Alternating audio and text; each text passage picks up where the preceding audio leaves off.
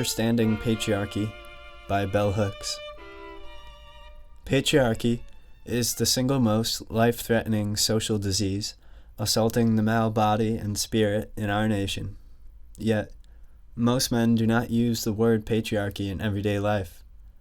Most men never think about patriarchy, what it means, how it is created and sustained. Many men in our nation would not be able to spell the word or pronounce it correctly. The word patriarchy just is not part of their normal everyday thought or speech. Men who have heard and know the word usually associate it with women's liberation, with feminism, and therefore dismiss it as irrelevant to their own experiences. I have been standing at podiums talking about patriarchy for more than 30 years. It is a word I use daily, and men who hear me use it often ask me what I mean by it. Nothing discounts the old anti-feminist projection of men as all-powerful more than their basic ignorance of a major facet of the political system that shapes and informs male identity and sense of self from birth until death. I often use the phrase imperialist, white supremacist, capitalist, patriarchy to describe the interlocking political systems that are the foundation of our nation's politics. Of these systems, the one that we all learn the most about growing up is the system of patriarchy, even if we never know the word. Because patriarchal gender roles are assigned to us as children, and we are given continual guidance about the ways we can best fulfill these roles.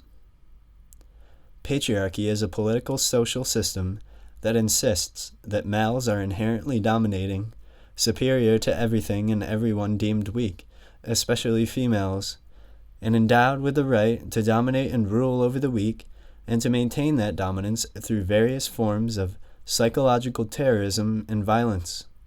When my older brother and I were born with a year separating us in age, patriarchy determined how we would each be regarded by our parents. Both our parents believed in patriarchy. They had been taught patriarchal thinking through religion. At church, they had learned that God created man to rule the world and everything in it, and that it was the work of women to help men perform these tasks, to obey, and to always assume a subordinate role in relation to a powerful man. They were taught that God was male.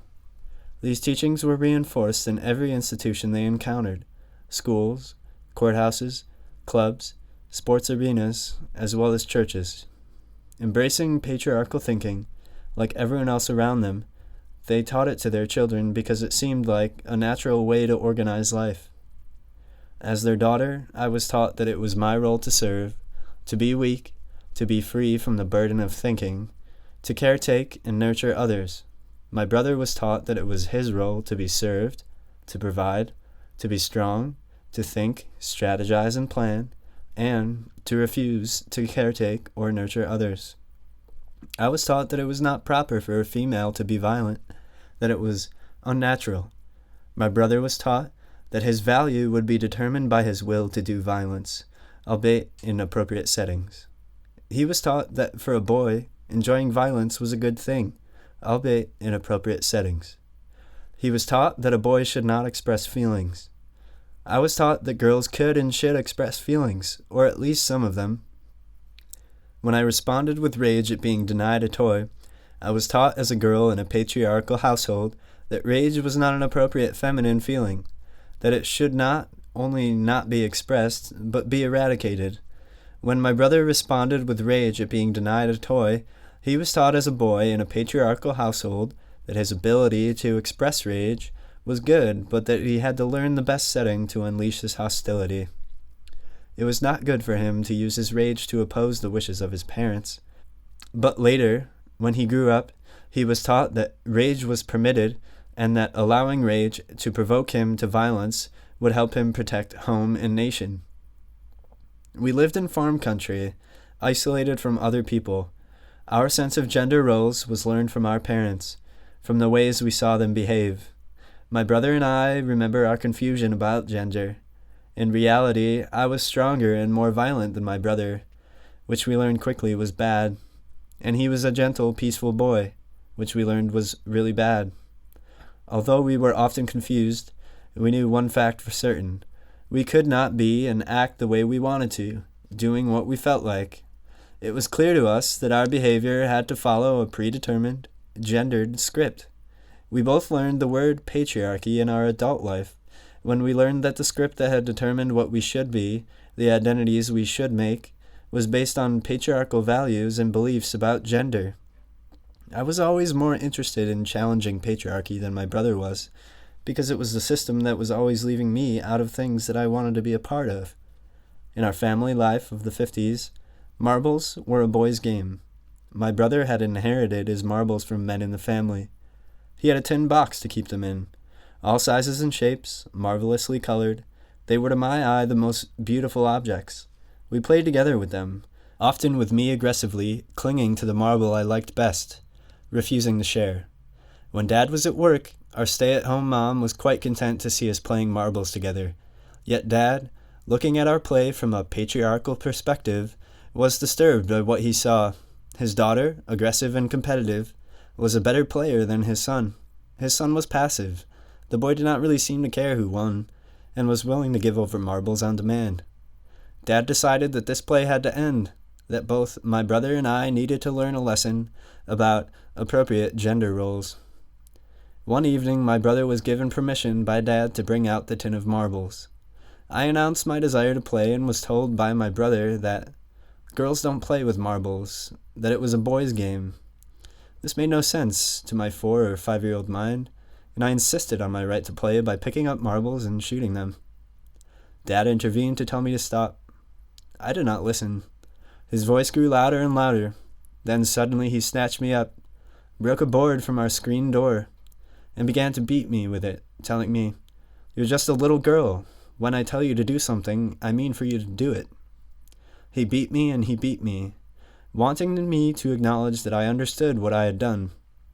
His rage, his violence captured everyone's attention. Our family sat spellbound, wrapped before the pornography of patriarchal violence. After this beating, I was banished, forced to stay alone in the dark. Mama came into the bedroom to soothe the pain, telling me in her soft southern voice, "I tried to warn you. You need to accept that you are just a little girl, and girls can't do what boys do." In service to patriarchy, her task was to reinforce that Dad had done the right thing by putting me in my place, by restoring the natural social order. I remember this traumatic event so well because it was a story told again and again within our family. No one cared that the constant retelling might trigger post-traumatic stress. The retelling was necessary to reinforce both the message and the remembered state of absolute powerlessness. The recollection of this brutal whipping of a little girl daughter by a big, strong man served as a more than just a reminder to me of my gendered place. It was a reminder to everyone watching, remembering, to all my siblings, male and female, and to our grown woman mother, that our patriarchal father was the ruler in our household. We were to remember that if we did not obey his rules, we would be punished even unto death. This is the way we were experientially schooled in the art of patriarchy. There is nothing unique or even exceptional about this experience. Listen to the voices of wounded grown children raised in patriarchal homes, and you will hear different versions with the same underlying theme: the use of violence to reinforce our indoctrination and acceptance of patriarchy. In How Can I Get Through to You, family therapist Terrence Real tells how his sons were initiated into patriarchal thinking even as their parents worked to create a loving home in which anti-patriarchal values prevailed. He tells of how his young son, Alexander, enjoyed dressing as Barbie, until boys playing with his older brother witnessed his Barbie persona, and let him know by their gaze and their shocked, disapproving silence that his behavior was unacceptable. Quote, "Without a shred of malevolence, the stare my son received transmitted a message. You are not to do this. And the medium that message was broadcast in was a potent emotion. Shame. At 3, Alexander was learning the rules. A 10-second wordless transaction was powerful enough to dissuade my son from that instant forward from what had been a favorite activity. I call such moments of induction the normal traumatization of boys." Unquote. To indoctrinate boys into the rules of patriarchy, we force them to feel pain and to deny their feelings. My stories took place in the 50s. The stories Real tells are recent. They all underscore the tyranny of patriarchal thinking, the power of patriarchal culture to hold us captive. Real is one of the most enlightened thinkers on the subject of patriarchal masculinity in our nation, and yet he lets readers know that he is not able to keep his boys out of patriarchy's reach. They suffer its assaults, as do all boys and girls, to a greater or lesser degree. No doubt, by creating a loving home that is not patriarchal, Real at least offers his boys a choice. They can choose to be themselves, or they can choose conformity with patriarchal roles. Real uses the phrase psychological patriarchy to describe the patriarchal thinking common to females and males. Despite the contemporary visionary feminist thinking that makes clear that a patriarchal thinker need not be a male, most folks continue to see men as the problem of patriarchy. This is simply not the case. Women can be as wedded to patriarchal thinking and action as men. Psychotherapist John Bradshaw's clear-sighted definition of patriarchy in Creating Love is a useful one. The dictionary defines patriarchy as a social organization marked by the supremacy of the father in the clan or family in both domestic and religious functions. Patriarchy is characterized by male domination and power. He states further that patriarchal rules still govern most of the world's religious school systems and family systems. Describing the most damaging of these rules, Bradshaw lists blind obedience, the foundation upon which patriarchy stands, the repression of all emotions except fear, the destruction of individual willpower, and the repression of thinking whenever it departs from the authority figure's way of thinking. Patriarchal thinking shapes the values of our culture. We are socialized into this system, females as well as males. Most of us learned patriarchal attitudes in our family of origin, and they were usually taught to us by our mothers. These attitudes were reinforced in schools and religious institutions. The contemporary presence of female-headed households has led many people to assume that children in these households are not learning patriarchal values because no male is present. They assume that men are the sole teachers of patriarchal thinking.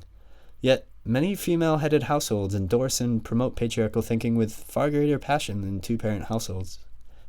Because they do not have an experiential reality to challenge false fantasies of gender roles, women in such households are far more likely to idealize the patriarchal male role and patriarchal men than are women who live with patriarchal men every day. We need to highlight the role women play in perpetuating and sustaining patriarchal culture so that we will recognize patriarchy as a system women and men support equally, even if men receive more rewards from that system. Dismantling and changing patriarchal culture is work that men and women must do together. Clearly, we cannot dismantle a system as long as we engage in collective denial about its impact on our lives. Patriarchy requires male dominance by any means necessary. Hence, it supports, promotes, and condones sexist violence. We hear the most about sexist violence in public discourses about rape and abuse by domestic partners. But the most common forms of patriarchal violence are those that take place in the home between patriarchal parents and children. The point of such violence is usually to reinforce a dominator model, in which the authority figure is deemed ruler over those without power and given the right to maintain that rule through practices of subjugation, subordination, and submission. Keeping males and females from telling the truth about what happens to them in families is one way patriarchal culture is maintained. A great majority of individuals enforce an unspoken rule in the culture as a whole that demands we keep the secrets of patriarchy, thereby protecting the rule of the father. This rule of silence is upheld when the culture refuses everyone easy access even to the word patriarchy. Most children do not learn what to call this system of institutionalized gender roles, so rarely do we name it in everyday speech. This silence promotes denial. And how can we organize to challenge and change a system that cannot be named?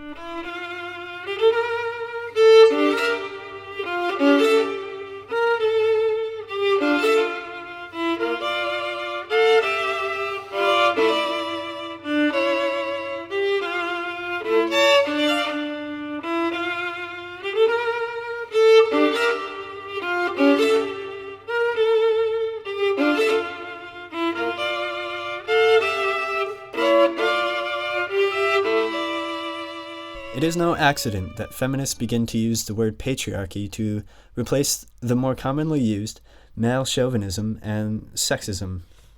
The courageous voices wanted men and women to become more aware of the way patriarchy affects us all.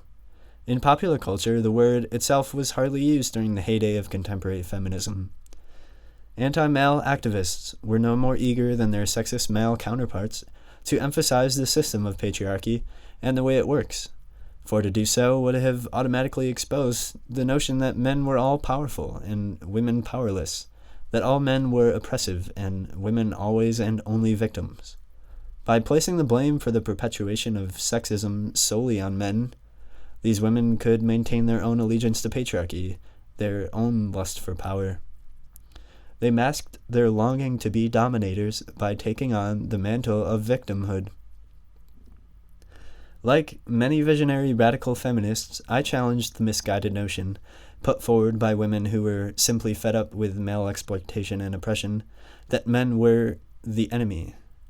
As early as 1984, I included a chapter with the title Men, Comrades in Struggle in my book Feminist Theory from Margin to Center, urging advocates of feminist politics to challenge any rhetoric which placed the sole blame for perpetuating patriarchy and male domination onto men. Quote, "Separatist ideology encourages women to ignore the negative impact of sexism on male personhood. It stresses polarization between the sexes. According to Joy Justice, separatists believe that there are two basic perspectives on the issue of naming the victims of sexism. There is the perspective that men oppress women, and there is the perspective that people are people, and we are all hurt by rigid sex roles. Both perspectives accurately describe our predicament. Men do oppress women. People are hurt by rigid sexist role patterns. These two realities coexist. Male oppression of women cannot be excused by the recognition that there are ways men are hurt by rigid sexist roles. Feminist activists should acknowledge that hurt and work to change it. It exists. It does not erase or lessen male responsibility for supporting and perpetuating their power under patriarchy to exploit and oppress women in a manner far more grievous than the serious psychological stress and emotional pain caused by malconformity to rigid sexist role patterns." Unquote. Throughout this essay, I stress that feminist advocates collude in the pain of men wounded by patriarchy when they falsely represent men as always and only powerful, as always and only gaining privileges from their blind obedience to patriarchy. I emphasize that patriarchal ideology brainwashes men to believe that their domination of women is beneficial when it is not. Quote, "Often, feminist activists affirm this logic when we should be constantly naming these acts as expressions of perverted power relations, general lack of control of one's actions, emotional powerlessness, extreme irrationality, and, in many cases, outright insanity. Passive malabsorption of sexist ideology enables men to falsely interpret this disturbed behavior positively. As long as men are brainwashed to equate violent domination and abuse of women with privilege, they will have no understanding of the damage done to themselves or to others, and no motivation to change." Unquote. Patriarchy demands of men that they become and remain emotional cripples. Since it is a system that denies men full access to their freedom of will, it is difficult for any man of any class to rebel against patriarchy, to be disloyal to the patriarchal parent, be that parent female or male. The man who has been my primary bond for more than 12 years was traumatized by the patriarchal dynamics in his family of origin. When I met him, he was in his 20s. While his formative years had been spent in the company of a violent, alcoholic dad, his circumstances changed when he was 12 and he began to live alone with his mother. In the early years of our relationship, he talked openly about his hostility and rage towards his abusing dad. He was not interested in forgiving him or understanding the circumstances that had shaped and influenced his dad's life, either in his childhood or in his working life as a military man. In the early years of our relationship, he was extremely critical of male domination of women and children. Although he did not use the word patriarchy, he understood its meaning and he opposed it. His gentle, quiet manner often led folks to ignore him, counting him among the weak and the powerless. By the age of 30, he began to assume a more macho persona, embracing the dominator model that he had once critiqued. Donning the mantle of patriarch, he gained greater respect and visibility. More women were drawn to him. He was noticed more in public spheres. His criticism of male domination ceased, and indeed he began to mouth patriarchal rhetoric, saying the kind of sexist stuff that would have appalled him in the past. These changes in his thinking and behavior were triggered by his desire to be accepted and affirmed in a patriarchal workplace, and rationalized by his desire to get ahead. His story is not unusual. Boys brutalized and victimized by patriarchy more often than not become patriarchal, embodying the abusive patriarchal masculinity that they once clearly recognized as evil. Few men brutally abused as boys in the name of patriarchal maleness courageously resist the brainwashing and remain true to themselves. Most males conform to patriarchy in one way or another. Indeed, radical feminist critique of patriarchy has practically been silenced in our culture. It has become a subcultural discourse available only to well-educated elites. Even in those circles, using the word patriarchy is regarded as passé. Often in my lectures, when I use the phrase imperialist, white supremacist, capitalist patriarchy to describe our nation's political system, audiences laugh.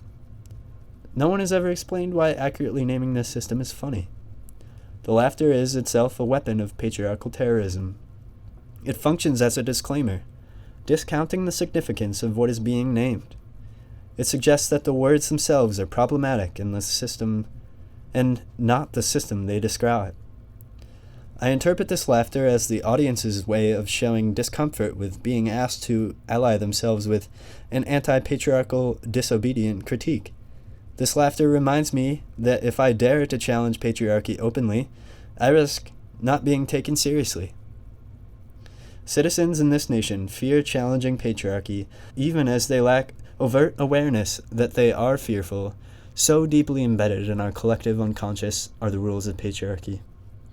I often tell audiences that if we were to go door to door asking if we should end male violence against women, most people would give their unequivocal support. Then, if you told them we can only stop male violence against women by ending male domination, by eradicating patriarchy, they would begin to hesitate, to change their position. Despite the many gains of the contemporary feminist movement, greater equality for women in the workforce, more tolerance for the relinquishing of rigid gender roles, patriarchy as a system remains intact, and many people continue to believe that it is needed if humans are to survive as a species.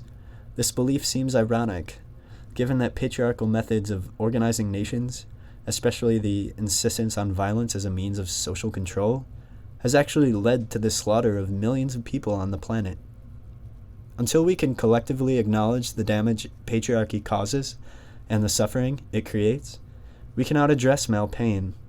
We cannot demand for men the right to be whole, to be givers and sustainers of life.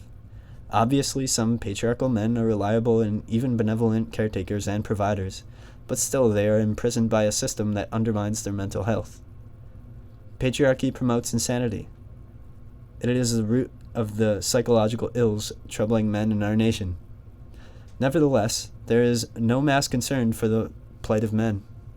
In Stift, The Betrayal of the American Man, Susan Faludi includes very little discussion of patriarchy. Quote, "Ask feminists to diagnose men's problems and you will often get a very clear explanation. Men are in crisis because women are properly challenging male dominance. Women are asking men to share the public reins and men can't bear it.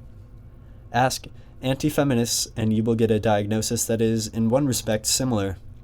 Men are troubled, many conservative pundits say, because women have gone far beyond their demands for equal treatment and are now trying to take power and control away from men.